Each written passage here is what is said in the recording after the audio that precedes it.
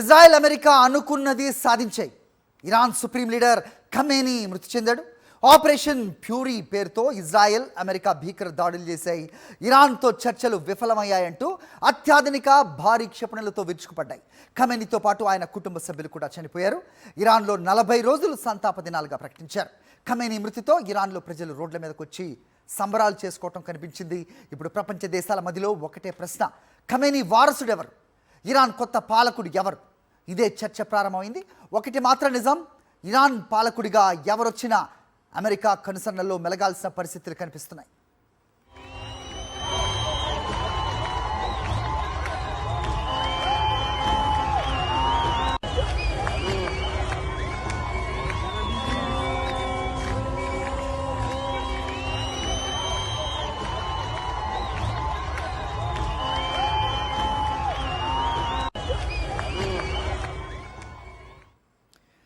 Iran supreme leader Ayatollah Ali Khamenei మరణించినట్లుగా Iran ప్రభుత్వం అధికారికంగా ధృవీకరించింది.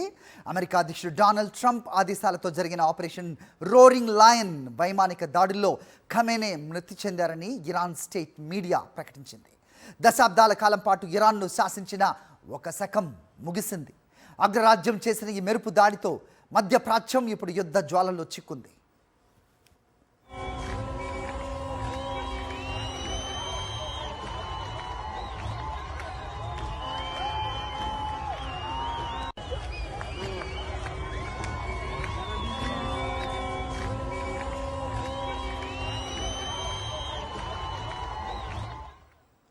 అంతర్జాతీయ సమాజం ఊహించని పరిణామం.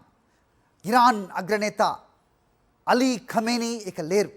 శనివారం తెల్లవారుజామున అమెరికా, ఇజ్రాయెల్ వైమానిక దళాలు సంయుక్తంగా జరిపిన భారీ దాడుల్లో ఆయన మరణించినట్లుగా న్యూయార్క్ టైమ్స్ నివేదించింది.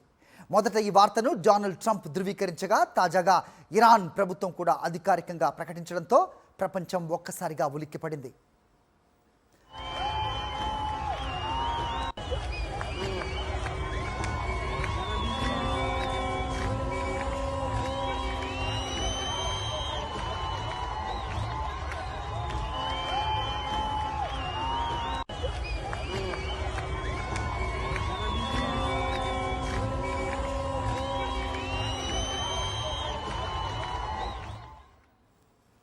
న్యూయార్క్ టైమ్స్ కథనం ప్రకారం టెహరాన్లోని సుప్రీం లీడర్ నివాసాన్ని లక్ష్యంగా చేసుకుని అత్యాధునిక క్షిపణులతో ఈ దాడి జరిగింది. ఈ దాడిలో ఖమేనీతో పాటుగా మరికొందరు కీలక సైనిక అధికారులు కూడా మరణించినట్లు సమాచారం. ఇరాన్ వ్యాప్తంగా ప్రస్తుతం 40 రోజుల సంతాప దినాలను ప్రకటించారు. టెహరాన్ వీధుల్లో వేలాది మంది ప్రజలు కన్నీరు మున్నీరవుతున్నారు.